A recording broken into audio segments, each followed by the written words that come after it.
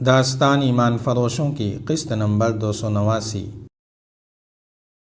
ایک کمرے میں تینوں مشعل کی روشنی میں بیٹھے تو بوڑھے نے ان کے لباس غور سے دیکھے۔ ہمیں پہچاننے کی کوشش کر رہے ہو؟ سیف الدین نے مسکرا کر پوچھا۔ میں دیکھتا ہوں کہ تم سپاہی نہیں ہو، بوڑھے نے کہا۔ تمہارا رتبہ سالاری تک ہو سکتا ہے۔ یہ والی موصل سیف الدین غازی ہے، نائب سالار نے کہا۔ تم نے کسی معمولی آدمی کو پناہ نہیں دی، تمہیں اس کا انعام ملے گا۔ میں نائب سالار ہوں اور یہ کماندار ہیں۔ ایک بات غور سے سن لو میرے بزرگ، سیف الدین نے کہا۔ ہو سکتا ہے ہمیں تمہارے گھر زیادہ دن رکنا پڑے۔ ہم دن کے وقت باہر نہیں نکلیں گے، کسی کو پتہ نہ چلے کہ ہم یہاں ہیں۔ اگر کسی کو پتہ چل گیا تو تمہیں سزا ملے گی، اور اگر تم نے یہ راز چھپائے رکھا تو انعام ملے گا، جو مانگو گے ملے گا۔ میں نے والی موصل کو پناہ نہیں دی، بوڑھے نے کہا۔ آپ بھولے بھٹکے مصیبت کے مارے میرے یہاں آئے ہیں، جتنے دن رہیں گے خدمت کروں گا۔ اگر آپ چھپ کر رہنے کے خواہش مند ہیں تو چھپائے رکھوں گا، اور مجھے آپ کے ساتھ اس لیے بھی دلچسپی ہے کہ میرا بیٹا آپ کی فوج میں سپاہی ہے۔ اگر آپ اسے فوج سے سبکدوش کر دیں تو میرے لیے یہ بہت بڑا انعام ہوگا، بوڑھے نے کہا۔ ہاں، سیف الدین نے کہا، ہم اسے فوج سے سبکدوش کر دیں گے۔ ہر باپ کی خواہش ہوتی ہے کہ اس کا بیٹا زندہ رہے۔ میں نے اس کی زندگی کی آرزو کبھی نہیں کی، بوڑھے نے کہا۔ میں نے اسے اپنی قوم کی فوج میں بھیج کر خدا کے سپرد کر دیا تھا۔ میں بھی سپاہی تھا۔ آپ ابھی پیدا نہیں ہوئے تھے جب میں فوج میں بھرتی ہوا تھا۔ اللہ آپ کے والد مرحوم قطب الدین کو جنت عطا فرمائے۔ میں ان کے دور میں سپاہی تھا۔ ہم نے کفار کے خلاف معرکے لڑے ہیں، مگر میرے بیٹے کو آپ اپنے بھائیوں کے خلاف لڑانے لے گئے ہیں۔ میں اس کی شہادت کا آرزو مند تھا، موت کا نہیں۔ صلاح الدین ایوبی نام کا مسلمان ہے، سیف الدین نے کہا۔ اس کے خلاف جنگ جائز ہے، بلکہ فرض ہے۔ محترم بزرگ، نائب سالار نے کہا، ان باتوں کو آپ نہیں سمجھ سکتے۔ ہم بہتر جانتے ہیں کہ کون مسلمان اور کون کافر ہے۔ میرے بیٹو، بوڑھے نے کہا، عبرت حاصل کرو۔ میری عمر 75 سال ہو گئی ہے۔ میرا باپ 90 برس کی عمر میں مرا تھا، اور اس کا باپ 50 برس کی عمر میں میدان جنگ میں شہید ہوا تھا۔ دادا نے اپنے وقتوں کے قصے کہانیاں میرے باپ کو سنائے تھے۔ میرے باپ نے وہ میرے سینے میں ڈال دیے تھے۔ اس طرح میں دعویٰ کر سکتا ہوں کہ جو میں جانتا ہوں وہ تم نہیں جانتے۔ بادشاہی کی ہوس نے جسے بھی بھائی سے لڑایا، وہ ایک نہ ایک دن بھاگ کر کسی غریب کے جھونپڑے میں جا چھپا۔ جو تم سے پہلے گزر گئے ہیں ان کا بھی یہی انجام ہوا تھا۔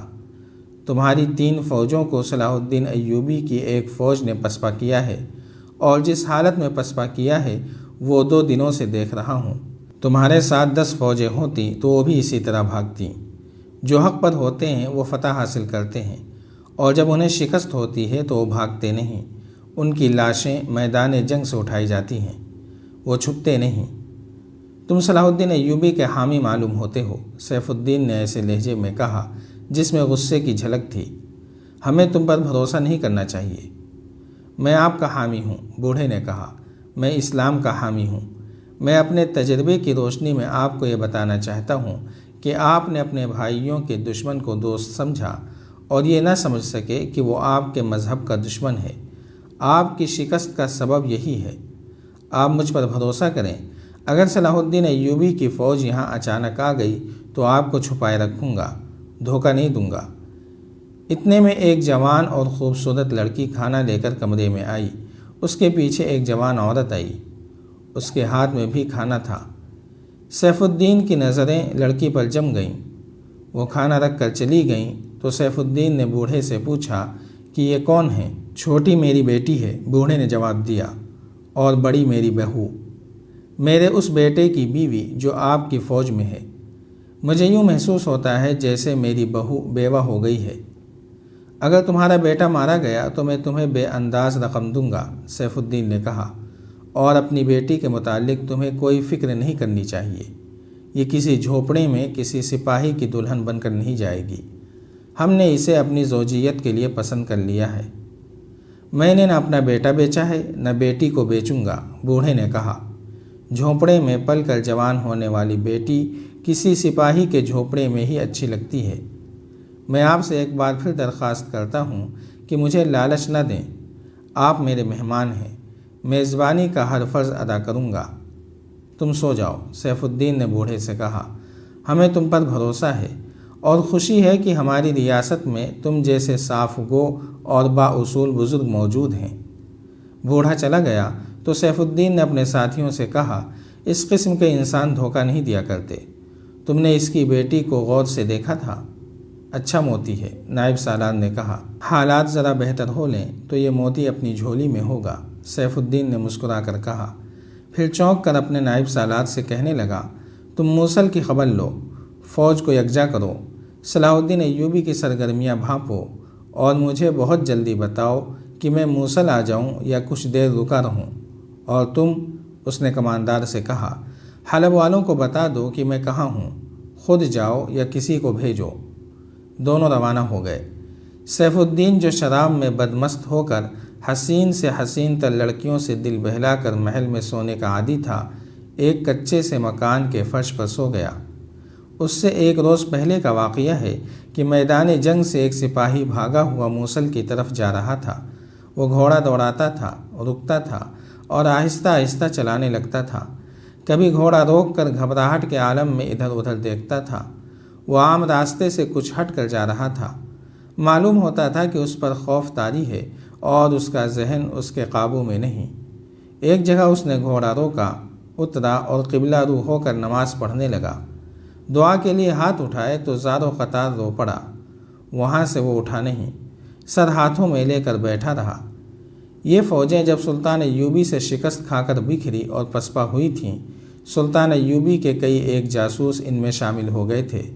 یہ سلطان ایوبی کے انٹیلیجنس کا طریقہ تھا کہ دشمن جب پسپا ہوتا تھا تو کچھ جاسوس بھاگے ہوئے سپاہیوں یا جنگ کی زد میں آئے ہوئے گاؤں کے مہاجرین کے بہروپ میں دشمن کے علاقے میں چلے جاتے اور دشمن کی تنظیم نو، عزائم اور دیگر کوائف دیکھ کر اطلاعیں فراہم کرتے تھے۔ دمشق سے جب الملک الصالح اپنی فوج کے ساتھ بھاگا تھا تو بھی جاسوسوں کی خاصی تعداد فوج اور بھاگے ہوئے شہریوں کے ساتھ چلی گئی تھی۔ جیسا کہ پہلے وضاحت سے بیان کیا جا چکا ہے کہ سلطان ایوبی آدھی جنگ جاسوسی کے نظام سے جیت لیا کرتا تھا۔ جاسوسی کے لیے جن آدمیوں کو منتخب کیا جاتا وہ غیر معمولی طور پر ذہین، ٹھنڈے مزاج والے، فیصلے کی اہلیت اور خود اعتمادی رکھنے والے لڑاکے اور پھرتیلے ہوتے تھے۔ اپریل 1175 عیسوی میں سلطان ایوبی نے اپنے مسلمان دشمنوں کی متحدہ فوج کو شکست دی تو اس کی انٹیلیجنس کے سربراہ حسن بن عبداللہ نے ان جاسوسوں کو جو اس کام کے لیے تربیت یافتہ تھے دشمن کی بکھری ہوئی فوج میں شامل ہو کر حلب، موصل اور حران تک جانے اور دشمن کے آئندہ عزائم معلوم کرنے کو بھیج دیا۔ ان میں بعض دشمن کی فوج کے لباس میں تھے اور بعض دیہاتی لباس میں۔ ان کا جانا بہت ہی ضروری تھا کیونکہ یہ خطرہ ہر لمحہ موجود تھا کہ دشمن تنظیمیں نو کر کے جوابی حملہ کرے گا۔ سلطان ایوبی نے دشمن کو جو نقصان پہنچایا تھا اس سے اسے اندازہ تھا کہ دشمن ری گروپنگ میں خاصے دن صرف کرے گا۔ دشمن کی 3 فوجیں تھیں۔ سلطان ایوبی کو یہ بھی معلوم تھا کہ اس کے تینوں دشمن دلی طور پر ایک دوسرے کے ساتھ نہیں۔ تینوں میں سے ہر ایک کی خواہش یہ تھی کہ وہ سلطان ایوبی کو شکست دے کر سلطنت اسلامیہ کا مختار کل اور شہنشاہ بن جائے۔ وہ ایک دوسرے کے بھی خلاف تھے، مگر فی الحال صورتحال یہ تھی کہ وہ سلطان ایوبی کو اپنا مشترک دشمن سمجھتے تھے۔ اس لیے یہ امکان موجود تھا کہ وہ تینوں فوجوں کو ایک فوج کی صورت میں منظم کر لیں گے اور جوابی حملہ کریں گے۔ جاری ہے۔ اگر آپ کو یہ قسط وار سلسلہ پسند آ رہا ہے تو لائک، شیئر اور کمنٹ کے ذریعے ہماری حوصلہ افزائی کریں۔ جزاک اللہ خیرا۔